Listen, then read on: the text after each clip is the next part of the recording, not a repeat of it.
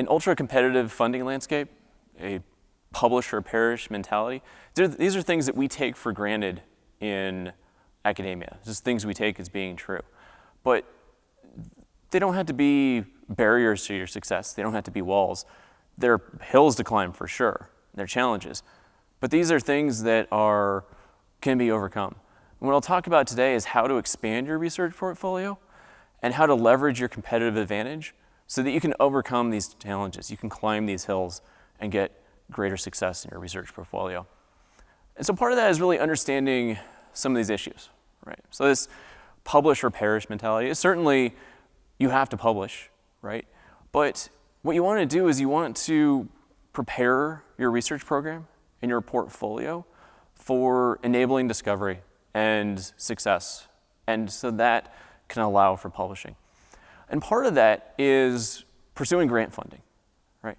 And so one of the things that we've seen in the past, particularly if we think about federal funding, it's commonly thought of that federal funding is incredibly difficult to obtain, whether it be from the National Institutes of Health, the National Science Foundation, Department of Energy, Department of Defense, even the National Endowment for Humanities or National Endowment for the Arts. So what I'll focus on today is an example from the National Institutes of Health. But the principles that I'll talk about are really broadly applicable to a wide array of funders from a diverse range of fields. And so what's the problem that we're looking at here? Well, if we look at funding from the National Institutes of Health, what you see on the slide behind me, the red line shows the funding starting in the 1990s and proceeding until present day. What you can see from the early 90s until now is that the research funding has increased tremendously. In fact, from a period of 1998 to 2003, the NIH, or National Institutes of Health budget, nearly doubled. And while this provides much, much more funding for those doing research, what happened is that we got many, many more people pursuing funding. So we have many more applicants.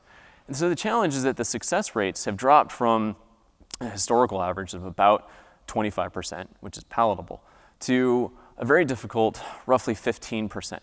So the question is, how do we each compare to what's out there? How do we each leverage our competitive advantage? And how do we build a research program that allows us to do that and allows us not only to obtain research funding, but allows us to succeed and allows us to thrive? And in order to do that, there's three main components for really building and expanding your research portfolio, right? We need to invest, we need to diversify, and we need to communicate. Within that, when we think about investments, typically the first thing we think about is the physical capital. So for example, the FPLC, the instrument you see on the screen behind me, right? The instrumentation, the consumables, the reagents, the computers, everything that we need to do the projects that we carry out in pursuit of our research. And these are incredibly important. These are things that when I started, I looked at an example of 4 possible projects that I was going to work on, leading to 4 different independent publications, and examined those in critical detail to see exactly what instrumentation it was that I needed, right? How do we get our samples? How do we analyze our samples? What is it that we need to get these tasks done? And then we compare that to the research infrastructure that we already have. And we're blessed that here at Miami, we have an incredible array of research instrumentation and infrastructure. We have a tremendous amount of physical capital that we can build upon. But there's no way for any single university to have every piece of equipment that every research program is going to need. So the question there is, what do I need? And then how do I go about getting that, right? So doing that, you can go on your own, but often what's more effective is partnering, reaching out to your chair, reaching out to your dean to figure out what resources are available for you, what investments they can help you make.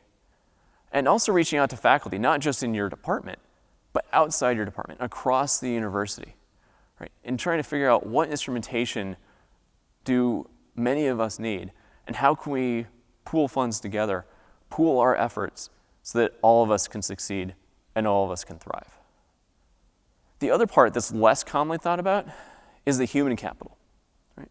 The undergraduate students, the graduate students, research scientists, research engineers, postdoctoral fellows, the people who are doing the hands-on research every day in your lab or in your studio. It's really thinking about what do each of these people need in order to grow? How are each of these people unique? What is different about them? And what do each of them need in order to succeed and in order to thrive? And it's that investment of time in them, in their growth, that will pay dividends, not just for them, but also for your research program. And just as each of the individuals that comprise a research program have differences and are unique, there need to be differences among your research program as well. And there's a need to diversify your research portfolio. So just as with a financial portfolio, a diverse portfolio is best geared for overall success and being able to weather storms and weather challenges. A diverse research portfolio allows you to weather similar challenges, to compete in a hyper-competitive funding environment, to survive and thrive in a publish-or-perish environment. In doing so, when I started, I had 3 primary areas in my lab: protein quality control, antibiotic resistance, and protein polymer bioconjugates. And each of these has a similar pool of physical capital that it depends upon, and a fairly similar pool of human capital that powers the entire enterprise. And so thinking about this portfolio, thinking about how it's different, thinking about the branches, thinking about not just how it's different, but then also what the commonalities are, allows you to really create a map. And that map is a guide for you that's going to help you get to where you want to go. And not just serve as a guide, but also serve as something that you can reflect upon, something you can build, and something you can change as you move forward. From there, communicating is incredibly important, right? Communicating within a group is vital for the success of the group. But with respect to building a research portfolio and providing the funding for it to succeed, it's really success in communicating outside of the research group that's important.